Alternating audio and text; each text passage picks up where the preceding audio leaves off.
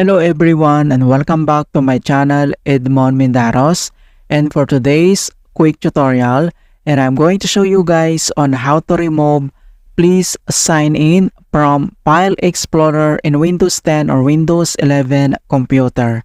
And without further ado, and let's go ahead. So all you have to do is to open up on a search menu, and dito sa search for app, so type mo lang dito yung File Explorer.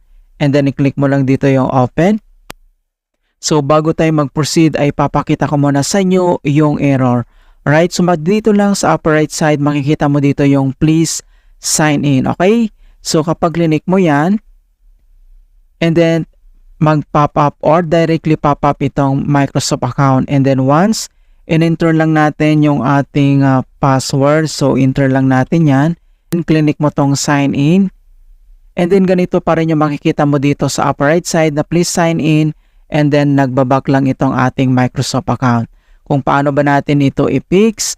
So ang next solution na pwede natin gawin, so close lang natin yan, and then dito lang sa taskbar ay kailangan mo lang mag right click and select mo lang dito yung task manager, and dito sa task manager, and then ilocate mo lang dito or select mo lang dito yung processes tab, and then dito sa kanyang processes tab or dito lang sa type, dito sa taas ay type mo lang dito yung Windows Explorer. So type mo lang natin yan, and then makikita mo kaagad dito. So ang gagawin natin ay kailangan mo lang i-select and right click, and then i-click mo lang dito yung restart. Okay, so click mo lang yan.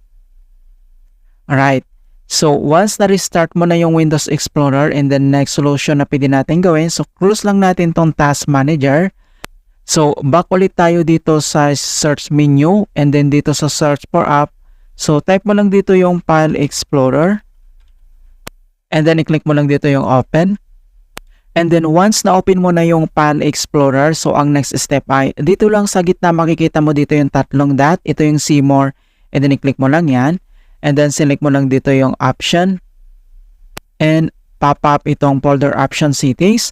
So, ang next step, dito lang sa general tab, and then dito lang sa baba makikita mo dito yung privacy, and then next step ay kailangan mo lang i-uncheck dito yung show files from office.com. Okay, ito siya. So, uncheck mo lang siya, and then click mo lang dito yung apply, and then click mo lang dito yung okay, and then makikita mo mga kaibigan na na-remove na yung please sign in dito sa upper right side ng File Explorer. Alright, so makikita mo dito na wala na siya. Okay, so ganun lang po kasimple on how to remove please sign in from File Explorer in Windows 10 or Windows 11. And please don't forget to like this video, subscribe to my channel for more quality content.